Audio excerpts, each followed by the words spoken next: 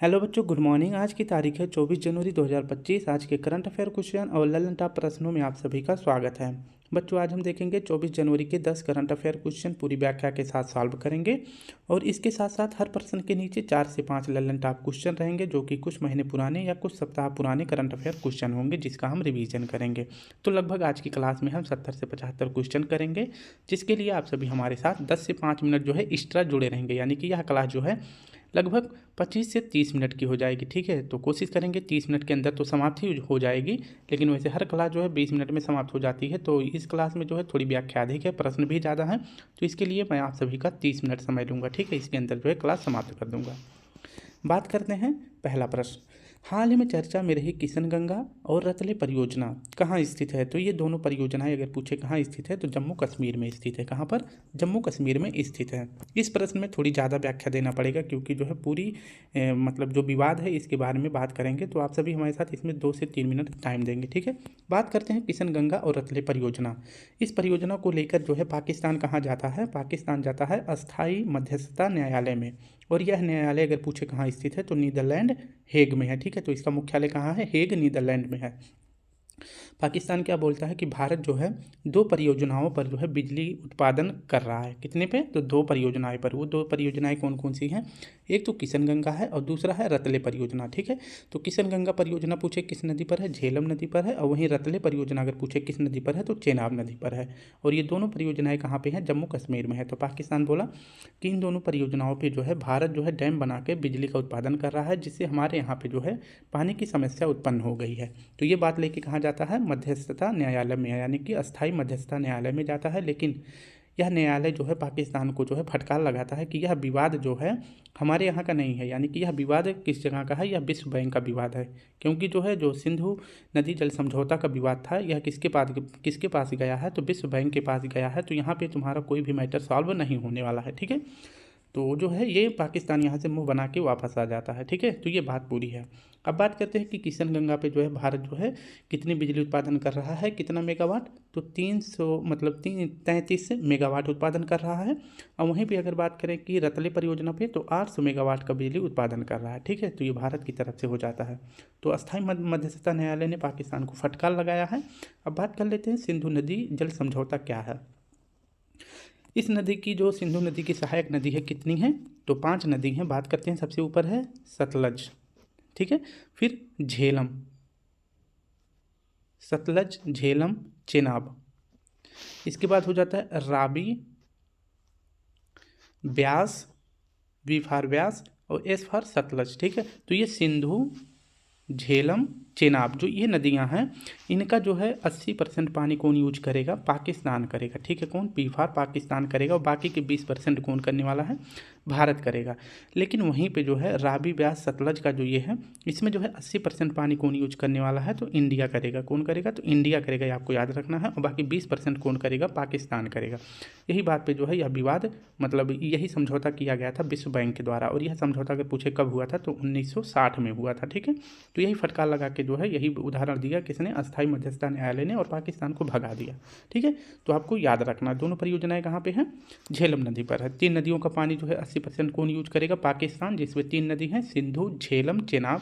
बाकी की राबी, ब्यास, सतलज का 80% पानी कौन यूज करेगा? इंडिया करेगा। ठीक है, किसके अनुसार? तो विश्व बैंक के अनुसार। अब नेक्स्ट बात करते हैं ललन टॉप क्वेश्चन में। हाल ही में संयुक्त राष्ट्र ने आजीवन उपलब्धि श्रेणी में किसे चैंपियंस ऑफ द अर्थ पुरस्कार से सम्मानित किया है? तो यह माधव गाडगिल को सम्मानित किया है। और इनका संबंध अगर पूछे किससे है तो पश्चिमी घाट से ये संबंधित है। ठीक है, तो पश्चिमी घाट के संरक्षण के लिए अगर पूछे कौन सी समिति बनाई गई थी तो माधव गाडगिल समिति बनाई गई थी। समंथा हार्वे को जो है 2024 में बुकर पुरस्कार मिला है, और इनकी किस उपन्यास के लिए? तो ऑर्बिटल उपन्यास के लिए। इंदिरा गांधी शांति पुरस्कार 2024 किसे मिला है? तो मिशेल बैचलेट को मिला है। हाल ही में यूनिसेफ का 78वां स्थापना दिवस कब मनाया गया है? तो 11 दिसंबर को मनाया गया है। वहीं पूछे कि यूनिसेफ की ब्रांड एम्बेसडर कौन है? तो करीना कपूर है। हाल ही में वर्ष 2023 में दुनिया की सबसे कम प्रजनन दर कहाँ दर्ज की गई है? तो यह साउथ कोरिया में करी गई है, सबसे कम प्रजनन दर। ठीक है, हाल में ब्रिटेन में किंग्स चार्ल्स तृतीय से नाइटहुड उपाधि हासिल करने वाले पहले भारतीय कौन है? किनसे? तो किंग्स चार्ल्स तृतीय के द्वारा जो है वो जो ये नाइटहुड की उपाधि हासिल करने वाले पहले भारतीय कौन है? तो सुनील भारती मित्तल जी हैं। दूसरा प्रश्न है ग्लोबल फायर पावर इंडेक्स 2025 में भारत को कौन सा स्थान मिला है? तो भारत को जो है इस बार भी चौथा ही स्थान मिला है। ठीक है, इसकी अगर व्याख्या देखें तो ग्लोबल फायर पावर इंडेक्स 2025, इसमें उल्लेख क्या किया जाता है, इसमें जो है किस देश की सेना यानी किस देश की आर्मी कितनी मजबूत है, यह इस पर जो है सूची जारी किया जाता है। तो इसमें अगर पूछे कि सबसे मजबूत सेना किस देश की है, यूएसए की है। दूसरे नंबर पर किसका है, रूस का है। तीसरे नंबर पर पूछे किसका आर्मी है, तो चीन का है। चौथे नंबर पर किसका है, तो भारत का है। ठीक है, तो ग्लोबल फायर पावर इंडेक्स में अगर पूछे भारत की रैंक क्या है, तो चौथा है। वहीं नल्ले पाकिस्तान की पूछे कितनी है, तो 12वें नंबर पर है। ठीक है, हाल ही में ग्लोबल हंगर इंडेक्स 2024 में भारत को कौन सा स्थान मिला है, तो 105वां स्थान मिला है ग्लोबल हंगर इंडेक्स में। ठीक है, वहीं पूछे कि ग्लोबल हंगर इंडेक्स में पहला स्थान किसका है, तो बेलारूस का है। नेक्स्ट इंडेक्स में देखते हैं, प्रेस फ्रीडम में भारत की रैंक क्या है, 159 है। ह्यूमन डेवलपमेंट इंडेक्स में भारत की रैंक है 134। जेंडर इनइक्वालिटी इंडेक्स में भारत की रैंक है 108 और जेंडर गैप इंडेक्स में 129 है। एसडीजी यानी सस्टेनेबल डेवलपमेंट गोल में भारत की रैंक है 109। और एशियन पावर यानी कि एशिया में किस देश का सबसे ज़्यादा प्रभाव है, तो इस मामले में सबसे ज़्यादा प्रभाव है यूएसए का, और दूसरे नंबर पर चीन है, और तीसरे नंबर पर कौन है, इंडिया है। ठीक है, तो एशियन पावर में अगर पूछे भारत की रैंक क्या है, तो तीसरा है। 176वां स्थान किस में है, तो पर्यावरण प्रदर्शन सूचकांक में है। बिम्स्टेक में अगर पूछे कौन कौन से देश शामिल हैं, तो आप सभी को थोड़ी सी देखेंगे, मतलब थोड़ा सा ऐसे जल्दी से मैं बना देते हैं। ठीक है, तो इसकी जो है बात करते हैं, ये भारत है। ठीक है, अब बात करते हैं कि भारत के आसपास के जो भी बंगाल की खाड़ी से सीमा बनाने वाले देश होते हैं, वही जो है बिम्स्टेक में शामिल होते हैं। ठीक है, और इसका मुख्यालय पूछे कहाँ है, ढाका बांग्लादेश में है। आप सभी को पता है कि यहाँ पे मालदीव शामिल है। मालदीव कहाँ पे है, मालदीव नहीं है क्योंकि ये बंगाल की खाड़ी से सीमा नहीं बनाता है। इसमें जो है बांग्लादेश हो जाता है, यहाँ पे हो जाता है, इंडिया तो है ही अपना, और यहाँ पे म्यांमार हो जाता है, श्रीलंका यहाँ पे हो जाता है, थाईलैंड जो है यहाँ पे है, और इसके बाद इतना थाईलैंड याद रखेंगे। और बाकी के दो अभी बहुत ही जल्द, मतलब 4-5 साल पहले शामिल हुए हैं, एक तो भूटान, दूसरा है नेपाल। ठीक है, तो थाईलैंड, म्यांमार और यहाँ पे हो जाता है बांग्लादेश, और इसके बाद श्रीलंका, नेपाल, भूटान और भारत जो है बिम्स्टेक में शामिल हैं, जिसका मुख्यालय कहाँ पे है, ढाका में। हाल ही में चर्चा में रही SBS थर्ड परियोजना का संबंध किससे है, तो यह एक जासूसी ग्रह है। ठीक है, जासूसी उपग्रह है। भारत का पहला सुपर कंप्यूटर अगर पूछे कौन सा है, तो परम 8000 है। और वहीं पूछे कि भारत का वर्तमान में सबसे सुपर कंप्यूटर का क्या नाम है, तो रुद्रम है। क्या नाम है, तो रुद्रम है, ये आपको याद रखना है। और अगर पूछे कि भारत में सुपर कंप्यूटर के जनक कौन माने जाते हैं, तो फादर ऑफ सुपर कंप्यूटर कहे जाते हैं विजय भटकर जी। हाल ही में भारत मलेशिया के बीच द्विपक्षीय समुद्री अभ्यास समुद्र लक्ष्मण कहाँ आयोजित हुआ है, तो यह विशाखापत्तनम में आयोजित हुआ है। ग्लोबल डेटा की शीर्ष 25 वैश्विक बैंकों की सूची में किस भारतीय बैंक को शामिल किया गया है, तो ग्लोबल डेटा की 25 बैंकों की सूची जारी करी गई है। इसमें जो है भारत के तीनों बैंक को शामिल किया गया है, HDFC, ICICI बैंक और SBI बैंक। बात करते हैं ग्लोबल डेटा के द्वारा जो है विश्व की 25 बैंकों की सूची जारी करी जाती है, और इसमें यह उल्लेख किया जाता है कि किस बैंक की बाजार पूंजी जो है इसमें जो है सबसे अधिक है। ठीक है, तो इसमें जो है पूरे विश्व की 25 बैंकों की सूची जारी करी जाती है, और इसमें यह बात करा जाता है इस डेटा में कि बाजार पूंजीकरण सूची जारी करी जाती है, इसमें कि किसकी मार्केट कैपिटल जो है सबसे अधिक है। तो इसमें भारत के 3 बैंक शामिल हैं। ठीक है, तो पूरे विश्व की 25 बैंकों में भारत के 3 बैंक शामिल हैं, जिसमें HDFC बैंक का 13वां स्थान है, ICICI का जो है 19वां स्थान है, और SBI का जो है 24वां स्थान है। ठीक है, और इन्हीं 3 बैंकों को अगर बात करते हैं RBI के द्वारा, किसके द्वारा, तो RBI के द्वारा जो है भारत की कह सकते हैं रीढ़ की बैंक जो है घोषित करी गई है, जिसे जो है भारत की DSIB बैंक घोषित करी गई है। तो उनमें पूछे कौन से 3 बैंक को जो है RBI के द्वारा DSIB बैंक घोषित करा गया है, तो यही तीनों बैंक है। ठीक है, नेक्स्ट प्रश्न देखते हैं, हाल ही में यूनेस्को ने किस देश की चावल से बनी शराब साके को सांस्कृतिक विरासत का दर्जा दिया है, तो यह है कहाँ की साके, कहाँ की शराब है, तो यह जापान की है। और यह किससे बनी है, तो चावल से बनी है। अमूर्त धरोहर अगर पूछे भारत में कितने स्थल हैं, मतलब अमूर्त धरोहर भारत में कितने हैं, तो 15 हैं जो कि यूनेस्को में शामिल है। 15वां पूछे कौन सा है, गरबा नृत्य है, और ये कहाँ का है, ये गुजरात का अमूर्त धरोहर है। ठीक है, और 14वां पूछे कौन सा था, तो यह था दुर्गा पूजा। ठीक है, दुर्गा पूजा था, ये आपको याद रखना, डिफा दुर्गा पूजा, और ये कहाँ का है, वेस्ट बंगाल यानी पश्चिम बंगाल का था। ठीक है, तो 14वां 15वां दोनों याद रखना है। वहीं पूछे कि कालबेलिया नृत्य को जो है यूनेस्को विरासत सूची में कब शामिल किया गया था? 2010 में शामिल किया गया था। और ये कालबेलिया नृत्य किस राज्य का है? तो ये आर राजस्थान का है, ठीक है। और कुंभ मेला को जो है यूनेस्को की सांस्कृतिक विरासत सूची में कब शामिल किया गया था? तो 2017 में शामिल किया गया था, ठीक है। हाल ही में भारत ने आतंकी संगठन हिजब उत तहरीर पर प्रतिबंध लगाया है, इसका संबंध किससे है? तो यह संगठन जो है इजराइल के पास है, ठीक है। इजराइल में अगर पूछे कौन सा ऑपरेशन चलाया गया था, तो भारत सरकार के द्वारा ऑपरेशन अजय चलाया गया था। और इजराइल के पीएम पूछे कौन है? Benjamin Netanyahu. और यहाँ की जो संसद है इसका नाम है नेसेट, और यहाँ की मुद्रा का नाम है न्यू शेकल। हाल ही में गर्भपात को संवैधानिक अधिकार बनाने वाला दुनिया का पहला देश कौन सा है? तो फ्रांस है। हाल ही में बीएसएफ की पहली महिला स्नाइपर कौन बनी है? तो सुमन कुमारी जी बनी है। चौथा प्रश्न हमारा है, हाल ही में सुभाष चंद्र बोस आपदा प्रबंधन पुरस्कार 2025 के लिए किसे चुना गया है? तो यह जो है इनकोइस को चुना गया है। ऑप्शन सी हमारा सही हो जाएगा। इसकी अगर व्याख्या देखें तो सुभाष चंद्र बोस आपदा प्रबंधन पुरस्कार, अगर इसकी बात करते हैं तो इस बार जो है किसे दिया गया है? तो संस्थागत श्रेणी में। पहले यह व्यक्तिगत भी दिया जाता था, लेकिन अब व्यक्तिगत नहीं दिया जाता है। अगर पूछ ले कि व्यक्तिगत श्रेणी के अंतर्गत जो है कितने रुपए का इनाम दिया जाता था, तो 5 लाख रुपए का इनाम दिया जाता था, ठीक है। किसी भी व्यक्ति को दिया जाता है, लेकिन अब ये व्यक्तिगत जो दिया जाता है इसको बंद कर दिया गया है। तो अब संस्थागत श्रेणी में ही दिया जाता है।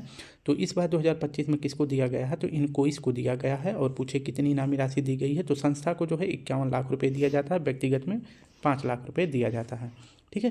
और वहीं बात कर लेते हैं कि इस पुरस्कार की शुरुआत जो है कब करी जाती है? 2019 में करी जाती है, ठीक है। क्योंकि सुभाष चंद्र बोस का जो जयंती होता है ये 23 जनवरी को मनाया जाता है। और किस रूप में? तो पराक्रम दिवस के रूप में मनाया जाता है। और इसका कार्य अगर पूछे क्या है, तो इनको इसका कार्य क्या है? सुनामी और चक्रवात की सूचना देना, ठीक है।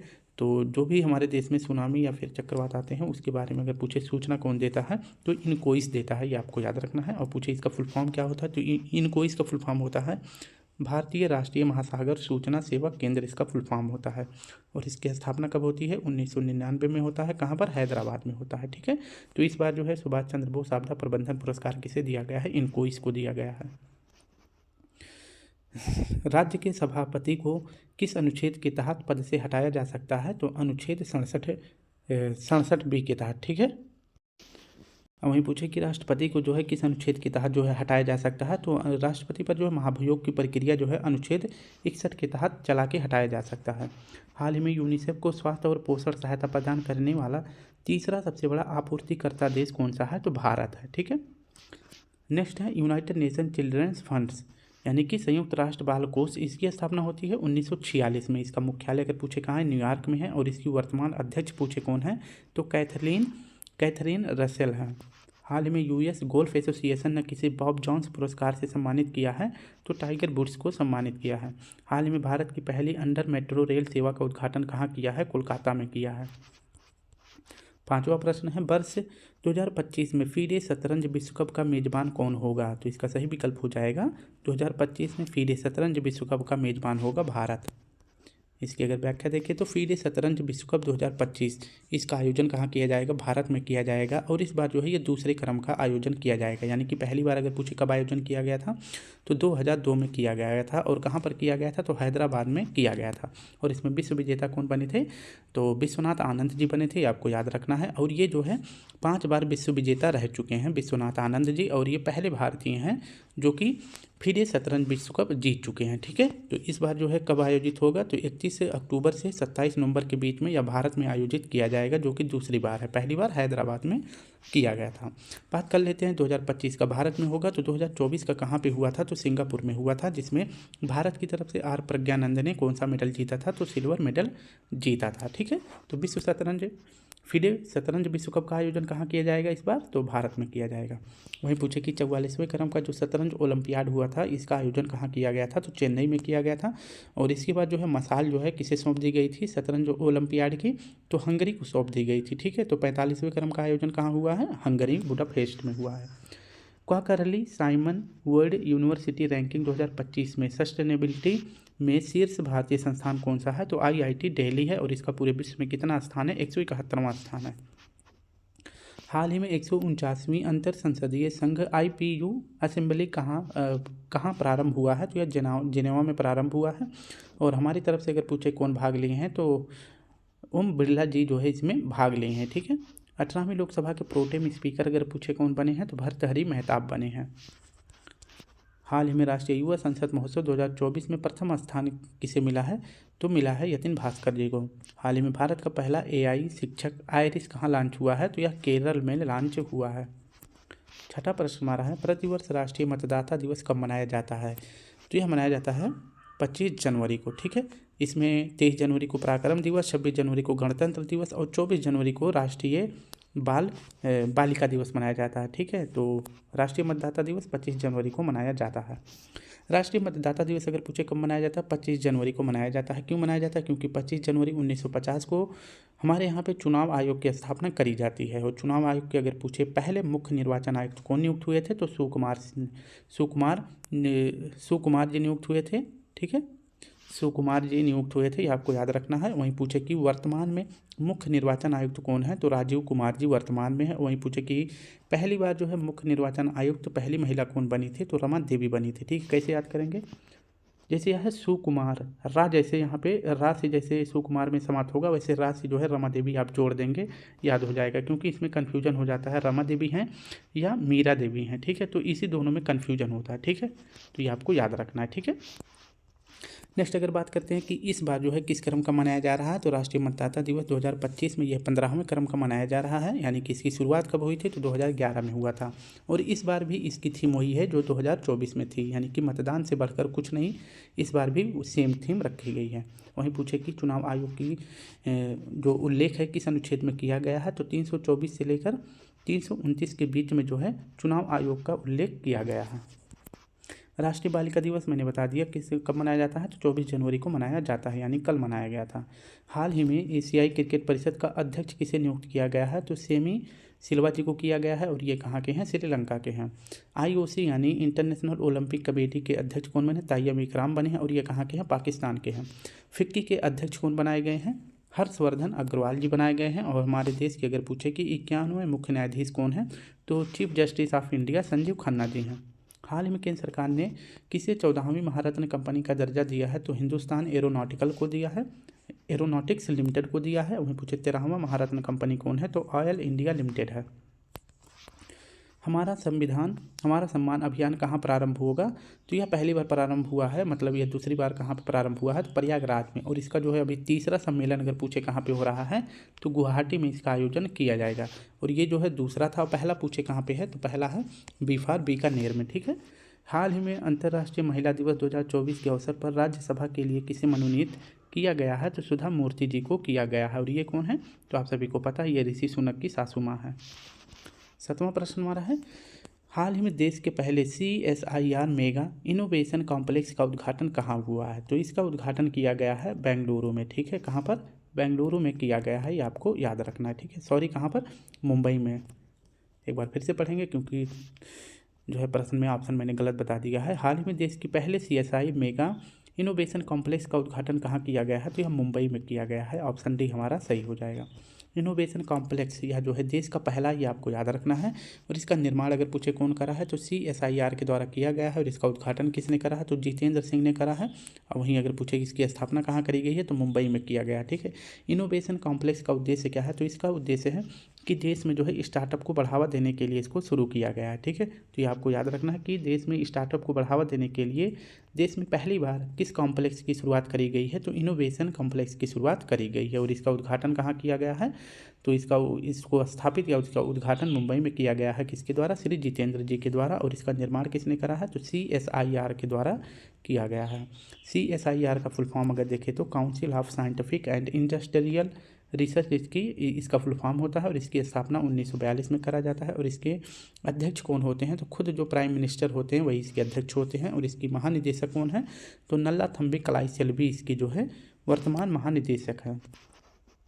हाल ही में पहली बार भारत की मेजबानी में आयोजित 20वीं एशियाई महिला हैंडबॉल चैंपियनशिप का खिताब किसने जीता है तो जापान ने जीता है। उपविजेता साउथ कोरिया रहा है। आयोजन कहाँ किया गया है तो भारत में किया गया है।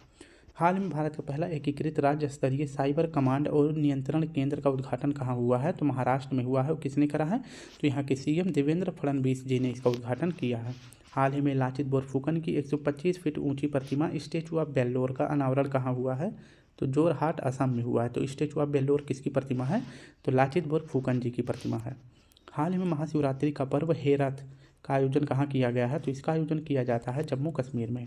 8वां प्रश्न हमारा है, हाल ही में भारत का पहला और टैक्सी प्रोटोटाइप शून्य लॉन्च करने वाली एरोस्पेस स्टार्टअप सरला एविएशन का मुख्यालय कहाँ है? तो इसका सही विकल्प हो जाएगा बेंगलुरु में। ठीक है, कहाँ पर है? तो बेंगलुरु में है। इसकी अगर व्याख्या देखें तो शून्य शून्य अगर पूछे क्या है, तो शून्य जो है यह भारत का पहला एयर टैक्सी है और यह जो है अपना प्रोटोटाइप मॉडल, यानी कि अभी एक प्रकार से समझ लीजिए ये अपना मॉडल प्रस्तुत करा है। ये आपको याद रखना है किस नाम से? शून्य नाम से। ठीक है, शून्य का अर्थ क्या है यहाँ पे तो अभी मैं बता दूंगा। और पूछे कि शून्य का निर्माण किसने करा है? तो सरला एविएशन ने करा है, जो कि एरोस्पेस के क्षेत्र में कार्य करता है। ठीक है, तो एरोस्पेस स्टार्टअप है कौन सा? सरला एविएशन है। तो इसका निर्माण किसने करा है? शून्य का निर्माण सरला एविएशन ने किया है। और सरला एविएशन का अगर पूछे मुख्यालय कहाँ पे है? तो बेंगलुरु में है। ठीक है, और जो ये शून्य है, इस शून्य की अगर पूछे रेंज कितनी है, तो एक बार में यह टैक्सी जो है उड़ करके कितने किलोमीटर जाएगी? तो 20 से 30 किलोमीटर इसकी रेंज है, यानी कि एक साथ जो है उड़ने के साथ साथ यह 20 से 30 किलोमीटर एक साथ उड़ सकती है। और यह जो है इसका वजन कितना है? तो 680 किलोग्राम का यह टैक्सी जो है, जो एयर टैक्सी है शून्य, इसका वजन है। और इस पर जो है 6 यात्री बैठकर इस पर जो है उड़ सकते हैं। ठीक है, और इस शून्य का मतलब क्या है? तो शून्य का मतलब है कि इससे जो है शून्य प्रदूषण होगा, यानी कि यह इलेक्ट्रिक है। ठीक है, तो यह इलेक्ट्रिक है, तो इससे जो है प्रदूषण जो होगा पर्यावरण में वह शून्य के बराबर होगा। ठीक है, तो यह इसको आप याद रखेंगे। और इसका निर्माण किसने करा है? सरला एविएशन ने करा है, और जिसका मुख्यालय कहाँ है? बेंगलुरु में है। अभी यह एक मॉडल प्रस्तुत किया गया प्रोटोटाइप। ठीक है, अभी ये जो है मार्केट में लॉन्च नहीं हुआ है। नेक्स्ट बात करते हैं, हाल ही में मुख्यमंत्री पौष्टिक अल्पाहार योजना किसने प्रारंभ किया है? तो गुजरात ने किया है। और यहाँ के सीएम कौन है? तो डॉक्टर भूपेंद्र पटेल जी हैं। हाल ही में एनपीसीआर की रिपोर्ट के अनुसार बाल विवाह के खिलाफ लड़ाई में अग्रणी राज्य कौन सा है? तो बाल विवाह के खिलाफ सबसे ज़्यादा लड़ाई किस राज्य में हो रही है, यानी कि इसको समाप्त करने के लिए सबसे ज़्यादा प्रयास उत्तर प्रदेश, दूसरे नंबर पर उड़ीसा कर रहा है। वहीं पूछे कि सर्वाधिक बाल विवाह किस राज्य में हुआ है? तो कर्नाटक में हुआ है। राष्ट्रीय बाल अधिकार संरक्षण आयोग की स्थापना पूछे कब करी जाती है? तो 2007 में किया जाता है। और इसके अध्यक्ष अगर पूछे कौन है? तो प्रियंका कानून जी हैं। वहीं पूछे कि महिला और बाल विकास मंत्रालय के मंत्री कौन है? तो अन्नपूर्णा देवी हैं। और बाल विवाह निषेध अधिनियम हमारे देश में कब लागू होता है? तो 2006 में लागू होता है। हाल ही में पुलिस ने पशु तस्करी को रोकने के लिए ऑपरेशन कामधेनु कहाँ प्रारंभ किया है? तो यह जम्मू कश्मीर में प्रारंभ किया है। 9वां प्रश्न हमारा है, हाल ही में स्वामित्व योजना के तहत संपत्ति कार्ड वितरित करने वाला पूर्वोत्तर का पहला राज्य कौन सा है? कहाँ का? तो नॉर्थ ईस्ट का अगर पूछे पहला राज्य कौन सा है जो कि संपत्ति कार्ड वितरित किया है? तो यह पहला राज्य बन गया है मिजोरम। ठीक है, कौन सा? मिजोरम बन गया है।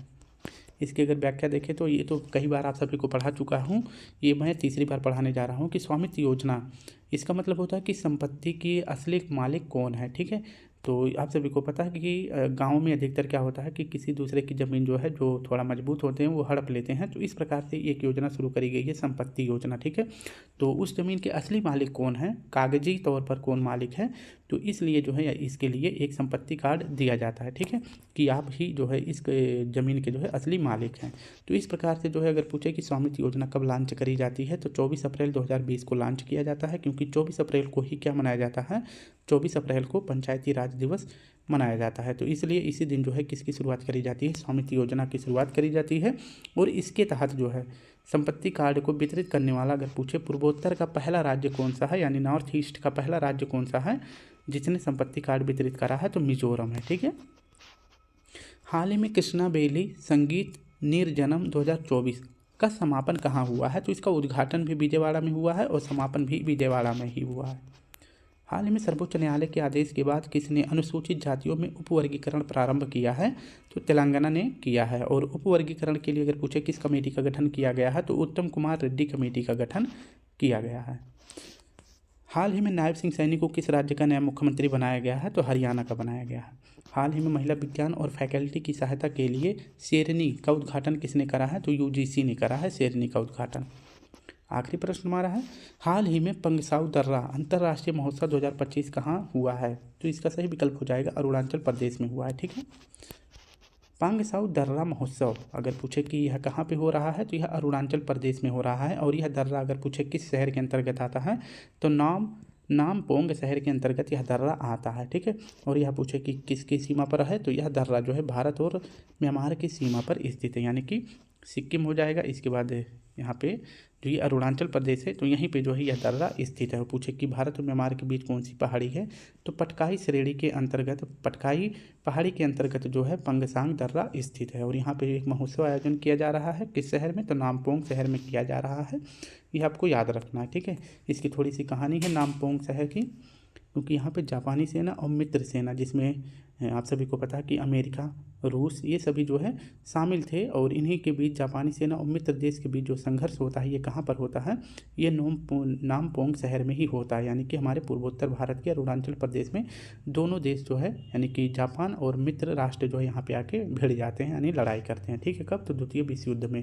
और इसी याद में जो है यहाँ पे एक फेस्टिवल मनाया जाता है जिसका नाम है पंगसाहू दर्रा महोत्सव। ये आपको याद रखना है। ठीक है, क्योंकि इसी दर्रे से दोनों जो है इंटर करके आपस में लड़ाई लड़े थे। ठीक है, और पूछे कि म्यांमार के अरुणाचल प्रदेश के सीएम कौन है वर्तमान में, तो पेमा खांडू जी हैं, जिन्होंने ही इस फेस्टिवल की शुरुआत करी है। ठीक है, तो आप सभी के लिए एक प्रश्न है, बोमडिला दर्रा, दीफू दर्रा और यांग्याप दर्रा, ठीक है, ये तीनों दर्रा किस राज्य में है, तो ये मैं बता देता हूँ कि कहाँ पे है, अरुणाचल प्रदेश में। ठीक है, इन तीनों दर्रा में से ब्रह्मपुत्र नदी जो है अरुणाचल प्रदेश में या हमारे भारत में इंटर करती है। तो आपको बताना है किस दर्रे से इंटर करती है, यांग्याप दर्रा से, दीफू दर्रा से या बोमडिला दर्रा से। ठीक है, तो ये क्वेश्चन आप सभी के लिए है, इसका कमेंट बॉक्स में जरूर हमें जवाब देंगे। ठीक है, हाल ही में सर्वश्रेष्ठ नॉन फिक्शन पुस्तक के लिए क्रॉसवर्ड पुरस्कार से किसे सम्मानित किया गया है, तो KGS ढिल्लो को सम्मानित किया गया है। इनकी किस पुस्तक का नाम है, तो इनकी पुस्तक का नाम है कितने गाजी आए और कितने गाजी गए।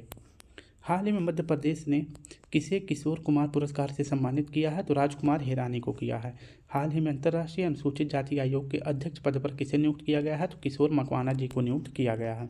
हाल ही में दुनिया की पहली 3D प्रिंटेड मस्जिद का निर्माण कहाँ हुआ है, तो सऊदी अरब में हुआ है। हाल में गृह मंत्रालय ने 17 सितंबर को किसका स्वाधीनता दिवस मनाने की घोषणा करी है, तो हैदराबाद की स्वाधीनता दिवस 17 सितंबर को मनाने की घोषणा करी गई है। ठीक है, तो स्टूडेंट इस प्रकार से हमने बोला था कि 30 मिनट के अंदर समाप्त कर देंगे, तो वीडियो 27 मिनट में ही समाप्त हो गई है। अगर वीडियो अच्छी लगे तो प्लीज़ लाइक शेयर कमेंट जरूर करें। कल फिर मिलते हैं, तब तक के लिए आप सभी को प्यारा सा जय हिंद जय भारत, और क्वेश्चन का जवाब हमें जरूर दें। ठीक है, तो धन्यवाद आप सभी को।